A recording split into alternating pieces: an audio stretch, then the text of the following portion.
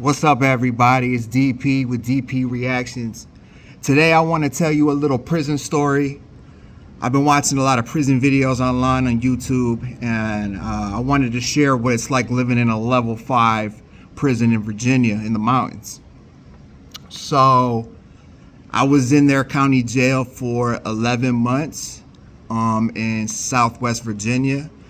So how it works down there, most inmates spend at least 3 years in their county jail prior to going to prison. So a lot of people never even make it to prison. It's like a prison in itself. Like, you can get tattoos in this county jail, you can get drugs in this county jail. It's just like prison, except you don't go outside. So it makes it actually worse. If you do all your time in the county jail, it's actually way worse. So I was a fugitive of justice and had a warrant in another state, and I filed a judicial and or an extradition, and they got me to prison. Like, as soon as I filed the paperwork, I was sent to prison, right? Never been to prison before. First experience. So I was driven in a sheriff's vehicle with a sheriff and one other person and me in the back seat. And it was a 6-hour drive to the prison from where I was at. The prison was in Northern Virginia, right on the border of DC. So we were in this cop car for like 6 hours. Now, mind you, this is my first time like being outside after a year. I spent a year in their jail.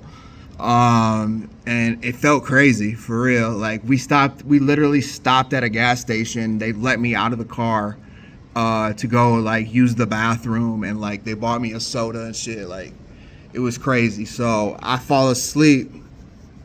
We get there about 8 o'clock at night.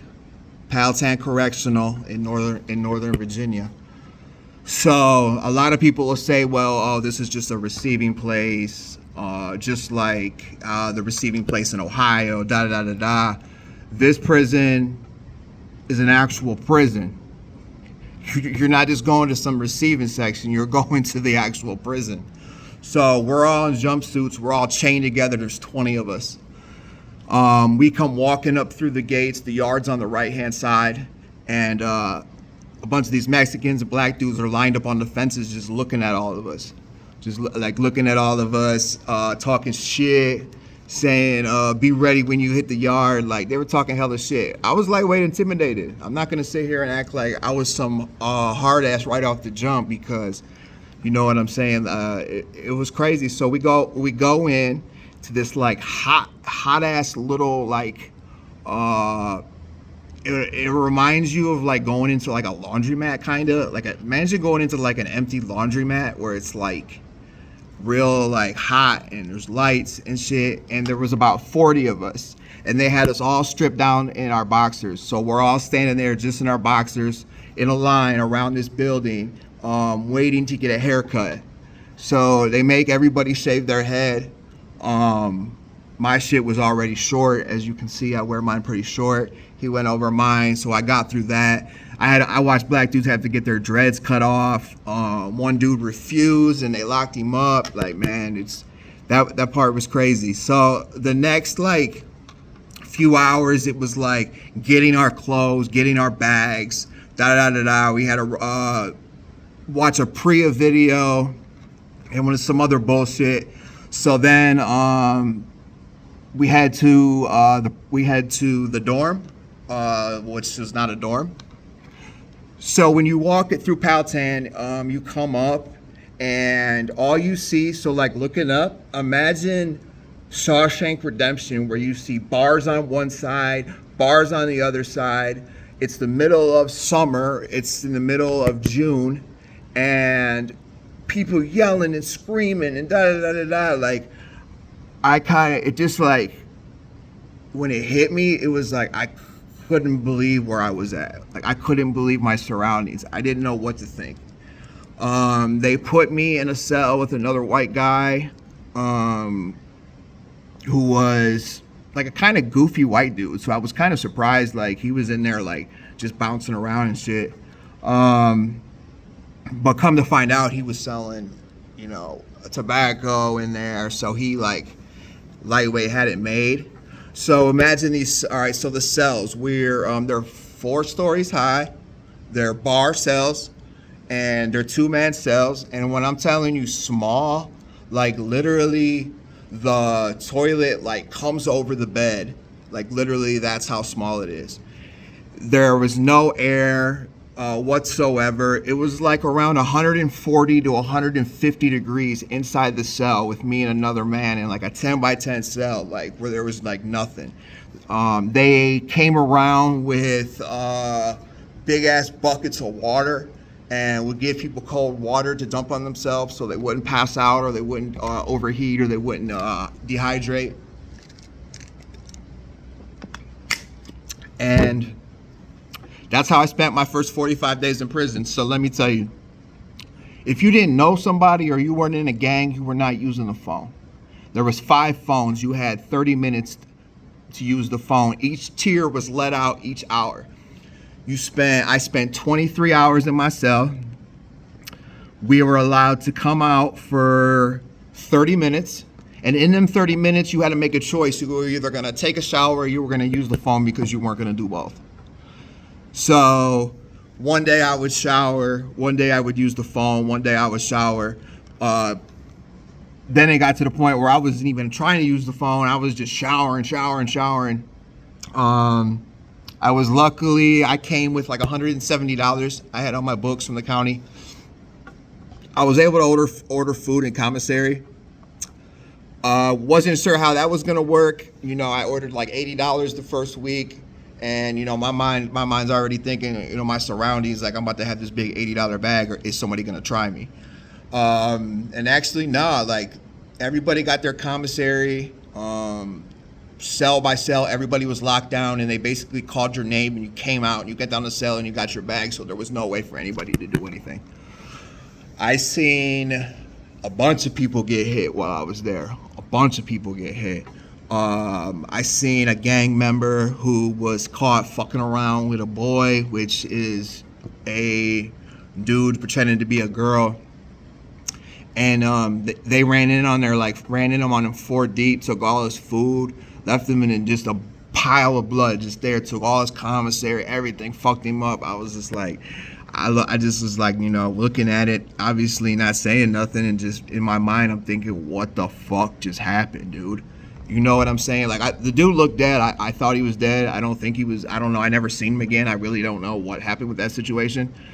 So I had a buddy in there.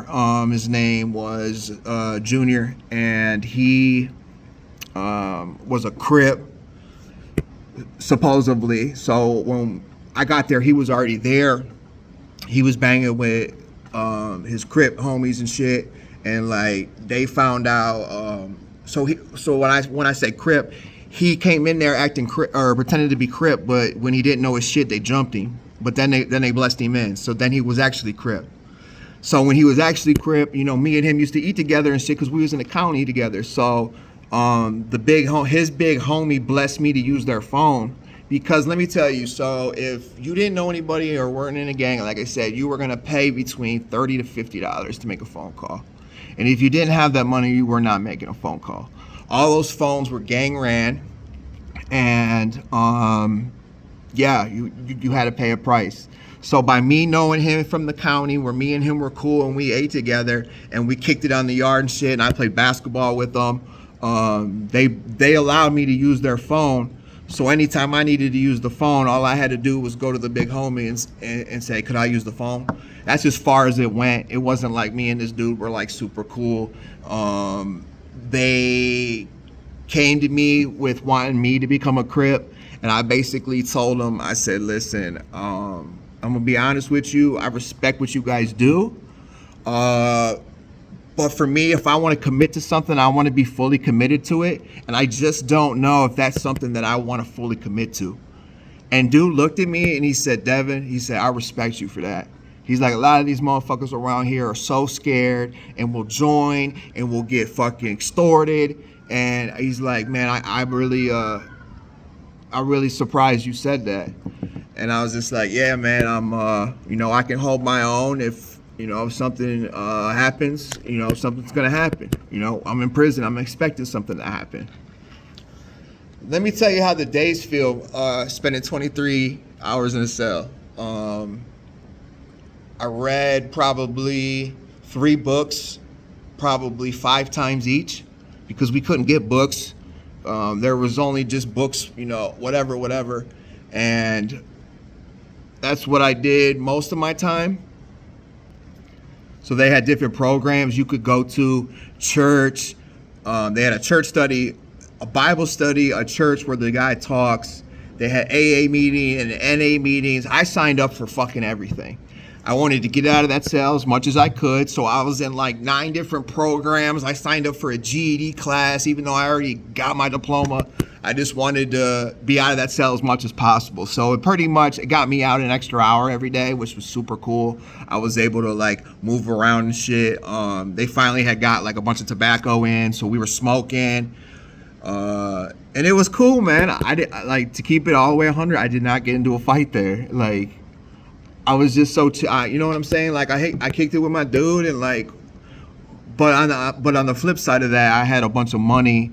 The dude that was running the whole thing, I was buying tobacco straight from him. I was sending him straight fucking what the fuck were they?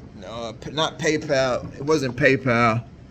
I don't know. It was before Cash App. I can't remember. But I was like buying $50 packs of tobacco off him every like 2 days. And so by me spending money with him and showing love, he showed love back, and that's just how it was. Man, worst time I've ever done, in a sense. I met a lot of crazy people. I met a lot of cool people. I got like 3 tattoos while I was there for some pick and poke. I don't think it looks too bad. They shipped me out. I think I was there 40 days, and that's when they shipped me to my parent institution. And I'm going to talk about that next. Thanks. Like and subscribe if you like what you heard. I have more prison stories. I got more crazy stories. Like and subscribe.